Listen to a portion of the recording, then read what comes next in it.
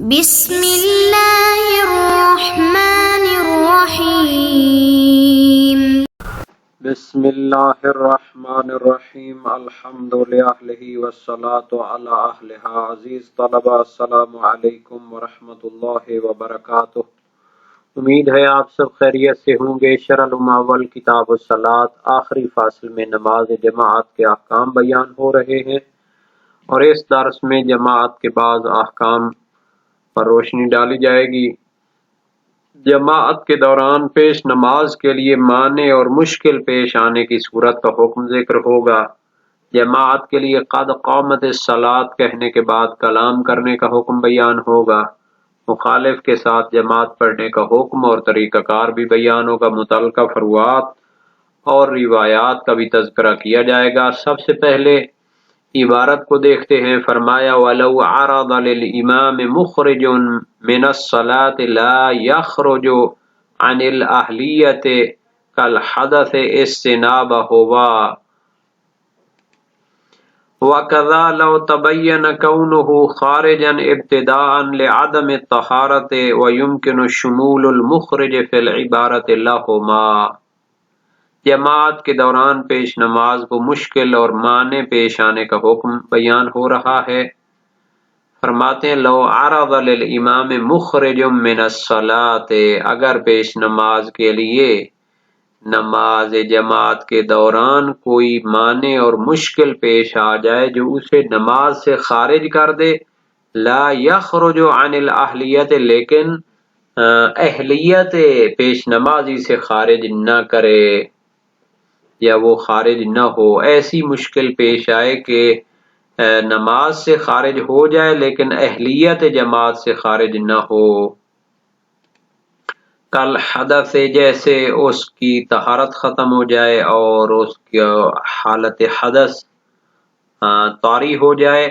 تو اگر انسان نماز جماعت شرائط کے ساتھ شروع کرتا ہے اور جماعت کے دوران اس کی طہارت ختم ہو جاتی ہے تو پھر اس کی نماز ختم ہو جاتی ہے پیش نماز کے لیے اگر یہ مشکل پیش آئے، لیکن وہ اہلیت جماعت سے تو خارج نہیں ہوگا، چونکہ وہ کوئی فسق و فجور تو اس نے نہیں کیا اور اس نے جان بوجھ کر تو ایسا نہیں کیا، تو اس کا حکم استنابہ ہوا۔ وہ چونکہ جو ہے مثلا مکلف ہے، شعور رکھتا ہے، تو اپنے مقتدیوں میں سے جو جماعت کی شرائط رکھتے ہوں ان میں سے کسی ایک کو آگے کھڑا کرے اور اس کو اپنا نائب قرار دے تاکہ وہ لوگوں کی جماعت کو مکمل کرے۔ وَكَذَا لَوْ تَبَيَّنَ كَوْنُهُ خَارِجًا ابْتِدَاءً لِعَدَمِ الطَّهَارَةِ، اسی طرح حکم ہوگا اگر اس کے لیے واضح ہو کہ وہ ابتداء نماز سے ہی خارج تھا، یعنی نماز جماعت اس کی شروع نہیں ہوئی تھی اور اس کی طہارت نہیں تھی اور اس میں وہ شرائط موجود نہیں تھی، لعدم الطہارت، مثلا ابتدا سے اس کی طہارت نہیں تھی، تو اس صورت کا حکم بھی یہی ہوگا۔ اسی طرح حکم ہوگا یعنی کہ وہ کسی مقتدیوں میں سے کسی کو آگے کھڑا کرے اور اس کو اپنا نائب قرار دے تاکہ وہ نماز کو مکمل کریں۔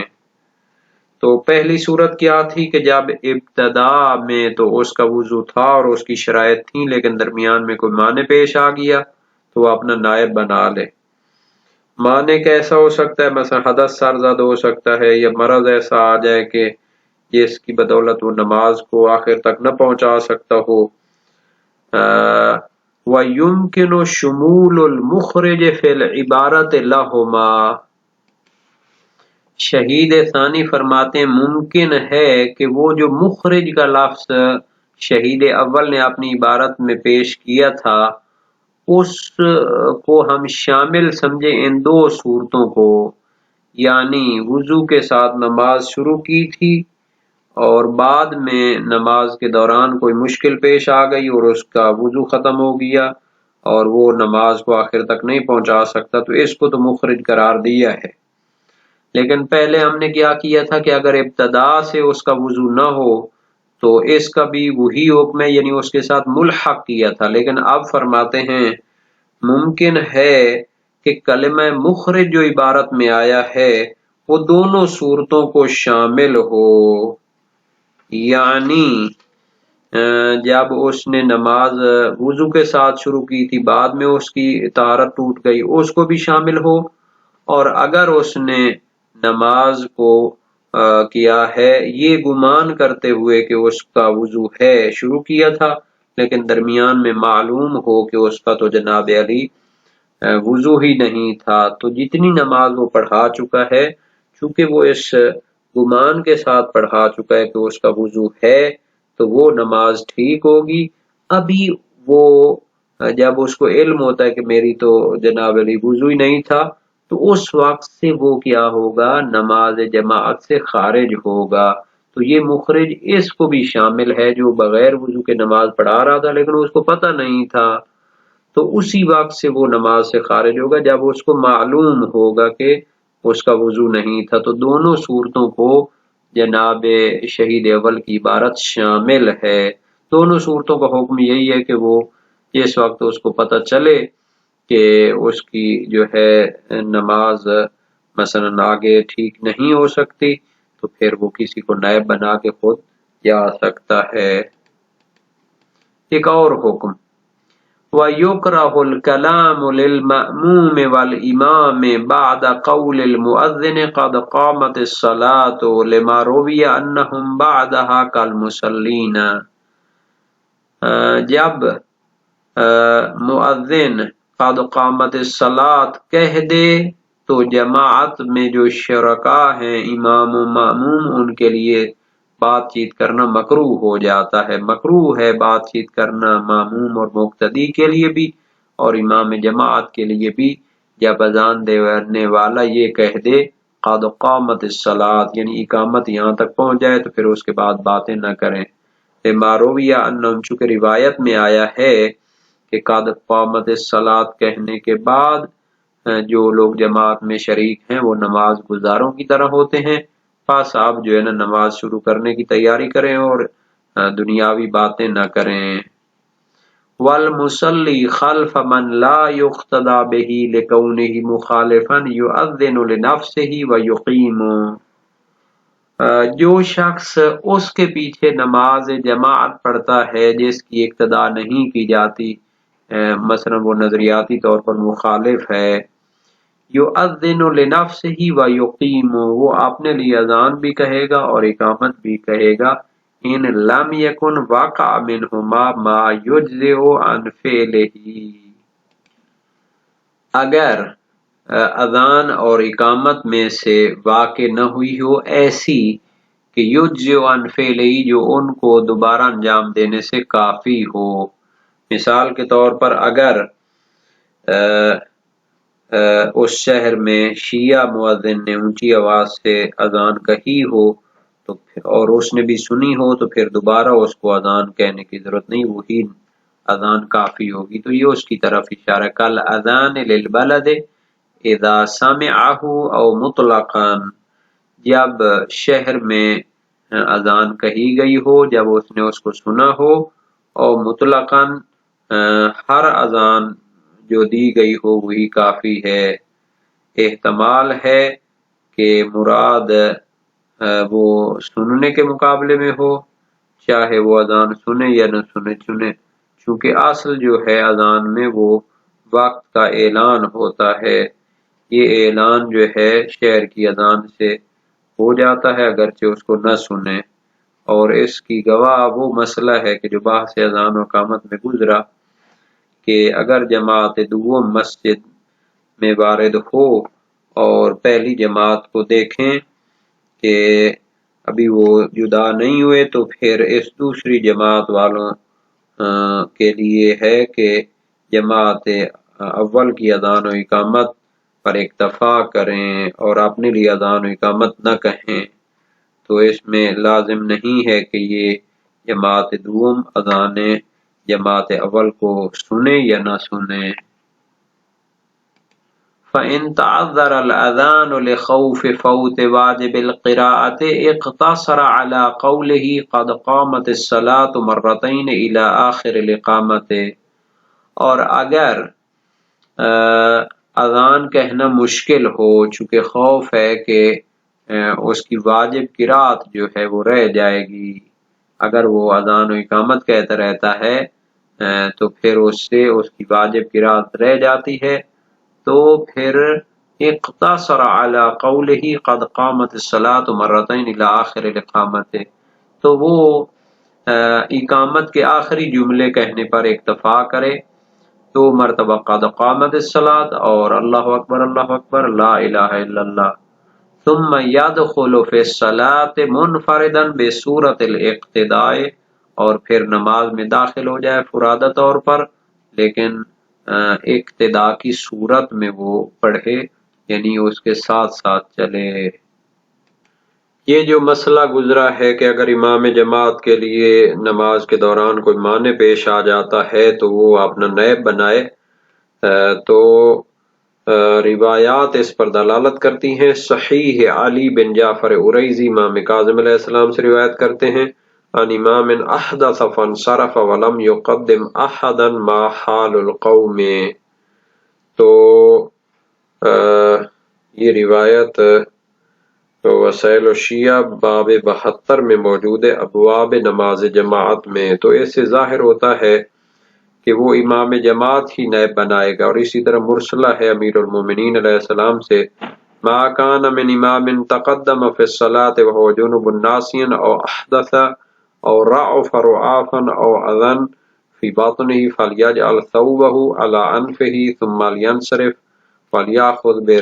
بید رجل فلیصلی مکانہ، کہ اگر کوئی شخص امام جماعت بھول کر جنابت کی حالت میں نماز پڑھاتا ہے، یا نماز کے دوران حدث واقع ہو جاتا ہے، یا نکسیر آ جاتی ہے، یا پیٹ میں اذیت ہوتی ہے، تو وہ ناک پہ کپڑا ڈالے اور لوٹ جائے اور ایک شخص کو پکڑ کر اپنی جگہ نماز مکمل کرنے کے لیے کھڑا کرے۔ یہ اسی طرح اور بھی روایات ہیں۔ تو یہ مسئلہ تو پہلے مسائل میں بھی کافی حد تک بیان ہو چکا تھا۔ قد قامت الصلاۃ کہنے کے بعد کلام نہیں کرنی چاہیے۔ زرارہ کی روایت امام باقر علیہ السلام سے، اذا اقیمت الصلاۃ حرم الکلام علی الامام واہل المسجد الا فی تقدیم امام، جب قد قامت الصلاۃ کہا جائے تو پھر بات کرنا امام جماعت اور اہل مسجد پر حرام ہو جاتا ہے، مگر امام کے اس کو آگے کرنا ہے اس کی بات کر سکتے ہیں۔ باب 10 ابواب نماز جماعت میں ہے، نماز بلکہ ابواب صلاۃ الاذان والی اقامت میں ہے۔ ابن ابی عمیر کی مرسلہ روایت امام صادق علیہ السلام سے، ان الرجل یتکلم فی الاقامہ قال نعم فاذا قال المؤذن قد قامت الصلاۃ فقد حرم الکلام علی اہل المسجد الا ان یکونوا قد اجتمعوا من شتى وليس لهم امام فلا بأس ان یقول بعضهم لبعض تقدم یا فلاں، کہ جب اقامت میں ایک شخص اقامت کے دوران کلام کرتا، فرمایا ہاں کر سکتا ہے، لیکن جب قد قامت الصلاۃ کہی جائے تو کلام کرنا اہل مسجد پر حرام ہو جاتا ہے، مگر مختلف جگہوں سے جمع ہوئے ہوں اور ان کا پیش نماز معین نہ ہو تو پھر ایک دوسرے کو کہہ سکتے ہیں کہ فلاں آگے جا کر جماعت کرائیں۔ اسی طرح اور بھی روایات ہیں، اور اس میں جو حرمہ کا لفظ ہے اس سے کراہت مراد دی جائے گی بعض روایات کی وجہ سے۔ خبر حلبی ہے امام صادق علیہ السلام سے، ان الرجل یتکلم فی اذانہ او فی اقامت، ایک شخص اذان یا اقامت میں کلام کرتا ہے، فرمایا لا باس، اس میں کوئی حرج نہیں ہے۔ تو یہ جو روایت پیش کی تھی شہید ثانی نے، تو ابو ہارون مکفوف کی روایت امام صادق علیہ السلام نے فرمایا، یا ابا ہارون الاقامہ من الصلاۃ فاذا قمت فلا تتکلم ولا تؤم بیدیک، ابو ہارون اقامت جو ہے نماز کا حصہ ہے، جب اقامت کہو تو کلام نہ کرو اور اشارہ بھی نہ کرو ہاتھ سے، باب 10 میں ہے۔ یہاں تک کہ یہ اہم مسئلہ جو ہے تو اس میں بہت زیادہ روایات ہیں جو مخالفین کے ساتھ نماز پڑھنے کی تاکید کرتی ہیں۔ اسحاق بن عمار کی روایت امام صادق علیہ السلام سے، یا اسحاق تصلی معهم فی المسجد قلت نعم قال صلی معهم فإن المصلی معهم فی الصف الاول کالشاہر سیفہ فی سبیل اللہ، کیا تم مسجد میں ان کے ساتھ نماز پڑھتے ہو؟ عرض کی جی ہاں۔ فرمایا ان کے ساتھ نماز پڑھو کہ ان کے ساتھ صف اول میں نماز پڑھنے والا ایسے ہے جو راہ خدا میں جہاد کرنے والا ہے۔ وسائل الشیعہ باب 5 ابواب نماز جماعت۔ صحیح حلبی ہے امام صادق علیہ السلام سے، من صلی معهم فی الصف الاول کان کمن صلی خلف رسول اللہ، جو ان کے ساتھ صف اول میں نماز پڑھتا ہے ایسے ہے جو نبی اکرم کے ساتھ نماز پڑھتا ہے۔ اور قرات کے حکم کے بارے میں بحث ہے، تو مشہور یہ ہے کہ ممکنہ صورت میں اس پر قرات کرنا واجب ہے، اور ممکن نہ ہو تو قرات ساکت ہے۔ صحیح علی بن یقطین امام ابو الحسن علیہ السلام سے ان الرجل یصلی خلف من لا یقتدی بصلاۃ والامام یجہر بالقراءۃ، ایک شخص ایسے شخص کے پیچھے نماز پڑھتا ہے جس کی نماز کی ابتدا نہیں کی جاتی اور امام جماعت جہر بالقراءۃ بھی کرتا ہے۔ فرمایا اقرأ لنفسک وان لم تسمع نفسک فلا باس، اپنے لیے قرات کرو اگر خود بھی نہ سنا سکو تو کوئی حرج نہیں ہے۔ وسائل الشیعہ باب 33 ابواب نماز جماعت۔ تو یہ دلیل ہے کہ قرات جہریہ میں بھی جو ہے نا جی اخفات جائز ہوگا، اور جب سورت پڑھنا متعذر اور مشکل ہو تو فاتحہ پر اکتفا کرے۔ خبر ابن ابی نصر بزنتی ہے امام ابو الحسن علیہ السلام سے عرض کی انی ادخل مع هؤلاء فی صلاة المغرب فیعجلونی الی ما ان اؤذن واقیم لا اقرأ الا الحمد حتى يركع ایجزینی ذلك قال نعم یجزیک الحمد وحدہا۔ میں مسجد میں ان کے ساتھ نماز مغرب کے لیے داخل ہوتا ہوں تو وہ جلدی کرتے ہیں یہاں تک کہ میں اذان یا اقامت کہوں اور صرف حمد پڑھ سکتا ہوں حتی رکوع کرتا ہوں، تو کیا کافی ہے؟ فرمایا ہاں، حمد ہی کافی ہے، بلکہ قرات کرے اگرچہ کچھ حصہ حمد کا ہو ممکنہ صورت میں۔ صحیح ہے ابو بصیر ہے امام باقر علیہ السلام سے عرض کی من لا اقتدی به فی الصلاۃ، جس کے اقتدا نہیں ہوتی، قال افرغ قبل ان یفرغ فانک فی حصار، اور اس کے فارغ ہونے سے پہلے تم قرات سے فارغ ہو جاؤ۔ فإن فرغ قبلک فاقطع القراءة وارکع معه، اگر وہ تو اس سے پہلے فارغ ہو جائے تو قرات چھوڑ کر اس کے ساتھ رکوع میں جاؤ۔ باب 34 میں یہ روایت۔ احمد بن عائد کی روایت امام ابو الحسن سے عرض کی انی ادخل مع هؤلاء فی صلاة المغرب فیعجلونی الی ما اؤذن واقیم فلا اقرأ شیئا حتی اذا رکعوا وارکعوا معهم یجزینی ذلك قال نعم، میں ان کے ساتھ نماز مغرب میں جاتا ہوں تو وہ اذان و اقامت کہنے سے مجھے جلدی میں ڈال دیتے ہیں، تو میں کچھ نہیں پڑھتا حتیٰ وہ رکوع کرتے میں رکوع کرتا ہوں، تو کیا کافی ہے؟ فرمایا ہاں۔ مستدرک الوسائل باب 30 ابواب نماز جماعت میں ہے۔ تو یہ دلیل ہے کہ جب ممکن نہ ہو تو تمام قرات بھی ساکت ہے۔ اور اذان و اقامت کہنے کا جو حکم ہے تو مرسل صدوق امام صادق علیہ السلام سے اذن خلف من قرأت خلفہ، باب 33 وسائل الشیعہ میں ابواب نماز جماعت میں ہے۔ اور مشہور یہ ہے کہ وہ اذان امام اور اذان بلد پر اور اذان منفرد پر اکتفا کرنا جائز ہے، اور شہید ثانی نے مسالک میں اس کا یقین کیا ہے کہ یہ حکم اذان بلد اور جماعت کے ساتھ مخصوص ہے، اور فرادہ کی اذان پر اکتفا کرنا ممنوع ہے، تو یہ تقید کرنی چاہیے، اور اطلاق وہ مشہور نظریے کی بنیاد پر انہوں نے دیا ہے۔ اور اگر اذان مشکل ہو تو قد قامت الصلاۃ آخر جماعت تک کہہ لے۔ معاذ بن کثیر کی روایت امام صادق علیہ السلام سے باب 34 میں ہے اذا دخل الرجل المسجد وهو لا يأتم بصاحبه وقد باقي على الامام آية وآيتان فخشي ان هو اذن وقام ان يركع فليقل قد قامت الصلاة قد قامت الصلاة الله اکبر لا الہ الا اللہ وليدخل في الصلاة۔ ایک شخص مسجد میں داخل ہوتا ہے اور وہ اپنے ساتھی کی اقتداء نہیں کرتا اور امام جماعت ایک دو آیتیں اس کی بچی ہوئی ہیں، تو وہ ڈرتا ہے کہ اگر اذان و اقامت کہے تو وہ رکوع میں چلا جائے گا، تو وہ اقامت کے آخری سے کہے اور جماعت میں داخل ہو جائے۔ اور اس کے بعد ایک حکم ہے جو اس مسئلے سے متعلق ہے، اس کی عبارت بھی پڑھ لیتے ہیں۔ فَإِنْ سَبَقَهُ الْإِمَامُ بِقِرَاءَةِ سُورَةٍ سَقَطَتْ، ظاہر ہے اس نے اپنی قرات کرنی ہے، اگر امام جماعت وہ اس سے پہلے